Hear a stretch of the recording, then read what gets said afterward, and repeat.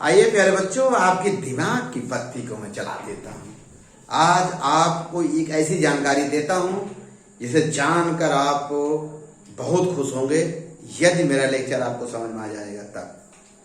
प्यारे बच्चों, गुरुत्व के अधीन जो गति के समीकरण आपने सीखा, जाना, या यह कह सकते हैं क्लास 9 से भी आप जानते थे, लेकिन इसके बताने के पीछे मेरा मकसद क्या है, मेरा उद्देश्य क्या है, आइए एक महत्वपूर्ण पॉइंट पे मैं चर्चा करता हूं। ध्यान रखिएगा, विशेष रूप से गुरुत्वीय त्वरण जी के अधीन गतिशील वस्तुओं के लिए।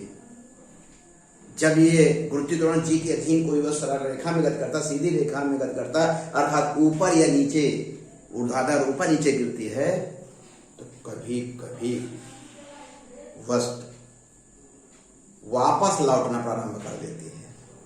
जब वापस लौटना प्रारंभ कर देती है तब उसे कहते हैं बेटा उत्क्रमण या रिवर्सल। माने आप वस्तु को ऊपर की तरफ फेंकेंगे तो वहां से क्या होगी, अधिकतम ऊंचाई पहुंचने के बाद क्या हो जाएगी, वापस आ जाए, वापस लौटने लगेगी, तो उसे क्या कहते हैं, रिवर्सल, उत्क्रमण। ऐसी स्थिति में प्यारे बच्चों, ऐसी स्थिति में कण या वस्तु द्वारा तय की गई कुल दूरी और विस्थापन में अंतर आता है। यह इसीलिए मैं कह रहा हूं आपके दिमाग की बत्ती जलाता हूं। अब तक जो पढ़े हैं उससे डिफरेंट रहेगा। ये किसके अधीन है, गुरुत्वीय त्वरण जी के अधीन। सरल रेखा में गति करते समय वस्तु पुनः अपने मार्ग में वापिस आने लगती है, तो जब वापस जाती है इसे उत्क्रमण या रिवर्सल कहते हैं। फिर हम क्या बताएं, ऐसी स्थिति में कण का क्या, कण द्वारा चला गया, कण द्वारा चली गई कुल दूरी और डिस्प्लेसमेंट, टोटल डिस्टेंस और डिस्प्लेसमेंट में डिफरेंट आता है। आमतौर हम लोग क्या जानते हैं, विस्थापन का जो फार्मूला F=ut + ½ ut², नीचे आ रही है, ऊपर जा रही है। लेकिन अब यहाँ एक महत्वपूर्ण, आइए आपके दिमाग की बत्ती जलाता हूं ताकि आप सोच सकें। इस सवाल एक एग्जाम्पल द्वारा क्लियर करता हूं। मेरे बात तो जल्दी से नोट करो, समझो, कंसंट्रेट रहो। एक कण को 20 मीटर पर सेकंड के वेग से ऊपर की ओर फेंका जाता है। 3 सेकंड बाद कण द्वारा तय की गई कुल दूरी और विस्थापन। अभी तक आप सिर्फ केवल विस्थापन ही जानते रहे, दूरी के बारे में मेरे विचार से आज के पहले क्लास 10th या 9th में आप प्यारे बच्चों नहीं जानते थे। आइए मैं सिखाता हूं, पहले सिखा देता हूं, फिर इसकी फिजिक्स बता दूंगा। U बराबर दिया गया है, कण का जो प्रारंभिक वेग 20 मीटर पर सेकंड, गुरुत्वीय त्वरण 10 मीटर पर सेकंड स्क्वायर है। अब इस स्थिति में यह आप हमेशा करिएगा, 3 सेकंड, 4 सेकंड, 5 सेकंड ऊपर। माने कण या वस्तु को अधिकतम ऊंचाई तक पहुंचने का समय निकालो, अर्थात कितने समय अधिकतम ऊंचाई पहुंचेगा। जब अधिकतम ऊंचाई पहुंचेगा तो फिर लौटेगा, रिवर्सल उसी के।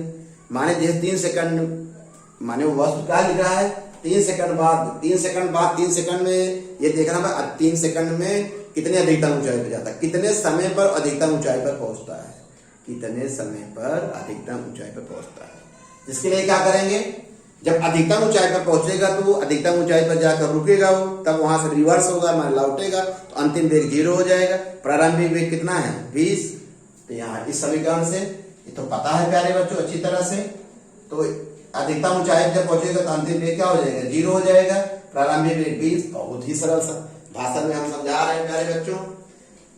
यह कितना हो जाएगा, ये 20, ये जी का मान 10, टी का, अर्थात इसको हल कर दो 2 सेकंड। क्या मजा आ गया, माने 3 सेकंड बाद कण द्वारा चली गई, माने अधिकतम ऊंचाई तक पहुंचने में कितना सेकंड लग रहा है, 2 सेकंड।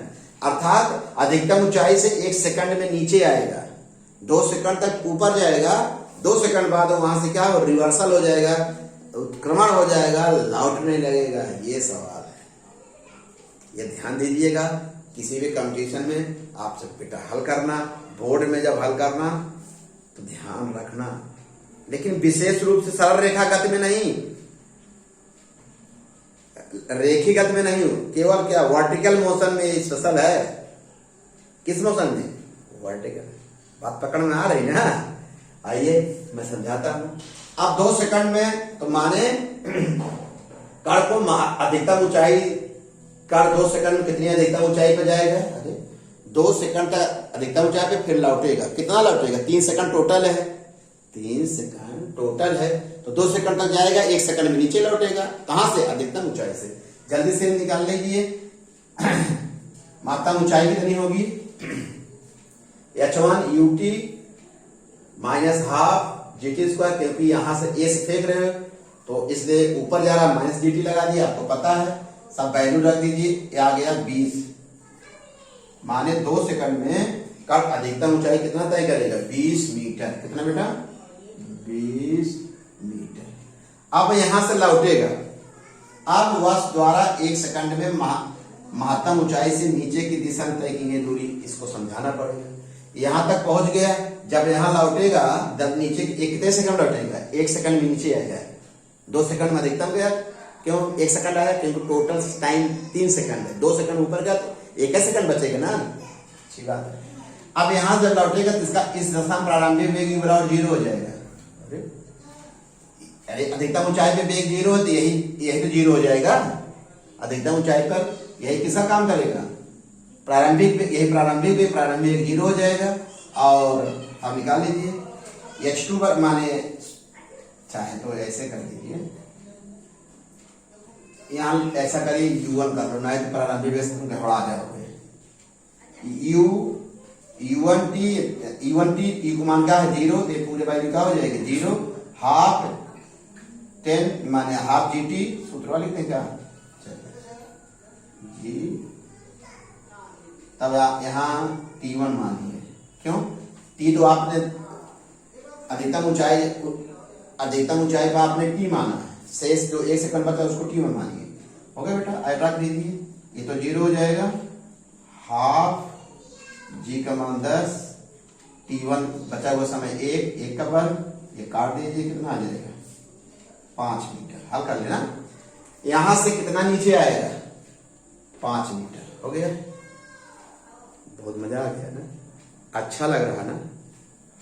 ओके। इस सवाल की विशेषता क्या है? विशेष गुरुत्वाकर्षण जी बार बार कह रहा हूं बेटा, यह हमेशा लागू होगा जब वस्तु को पृथ्वी से ऊपर फेंकेंगे नीचे। इस चीज को चेक करना पड़ेगा, हमेशा चेक करो कितने समय बाद अधिकतम ऊंचाई पहुंचेगा। ठीक, ये करना पड़ेगा। अरे यार, आप टैलेंटेड बच्चों, प्लग झपकते ही चेक कर लोगे इस फॉर्मूले से। आइए, अब है कुल दूरी कितनी होगी? कुल दूरी माने तय किए गए, माने पथ की कुल लंबाई यहां से यहां गया, फिर यहां से यहां आया, 20 25 हो गया, कुल दूरी 25। अरे 20 + 5। अब आइए बेटा, विस्थापन फट से निकालो। विस्थापन की क्या कंसेप्ट है? अंतिम तथा प्रारंभिक। ये अंतिम है, प्रारंभिक ये है। इसके बीच की दूरी कितनी होगी बताइए? फट से बता दो बेटा। पूरा 20 5 घटा दो 15। विस्थापन कितना आया? 15। ये देखो अंतर आ गया नहीं? आमतौर लड़के क्या करते हैं, अब तक हाई स्कूल में आपने क्या सीखा है? सीधा ऊपर वाला फार्मूला लगा दीजिए, सीधा आपको मिल जाता। रखोगे तो कुछ न कुछ वैल्यू आपको मिल जाएगी। लेकिन ये सीधा लगा दोगे तो कुल विस्थापन मिलेगा, कुल दूरी नहीं मिलेगी। देखो जो हाई स्कूल में सीखते चले आए हो, ये फार्मूला किसका है? कुल माने विस्थापन प्राप्त होगा, ना कि कुल दूरी। और या आप तक जो जानते हो, लेकिन इस अब माने आप आज के बाद जब ऊपर फेंका जाएगा तो उसमें रिवर्सल भी होगा। आज तक आप रिवर्सल का कंसेप्ट नहीं जानते थे, मुझे विश्वास है इस सवाल के द्वारा जो महत्वपूर्ण पॉइंट बताए हैं, इससे आपका दिमाग खुला हो। सर ये तो मैं जानता ही नहीं आज हमको जानकारी हुई। ओके प्यारे बच्चों, समझ गए बेटा? कुल दूरी इतनी होगी, फिर 2 सेकंड में अधिकतम पहुंचेगा, फिर रिटर्न होगा। ओके, फिर कुल दूरी के लिए पूरी पथ की लंबाई, विस्थापन के लिए ये, और यही जो अब तक हम जानते थे ये विस्थापन जानते थे, दूरी के लिए नहीं जानते थे।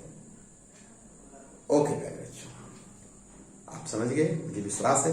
समझ गए हो तो प्यारे बच्चों थोड़ा सा मेरी ऊर्जा भी बढ़ाइए, चैनल को सब्सक्राइब भी कर लो, लाइक कर लो, प्यारा प्यारा कमेंट भी दे दो। थैंक्स बच्चों।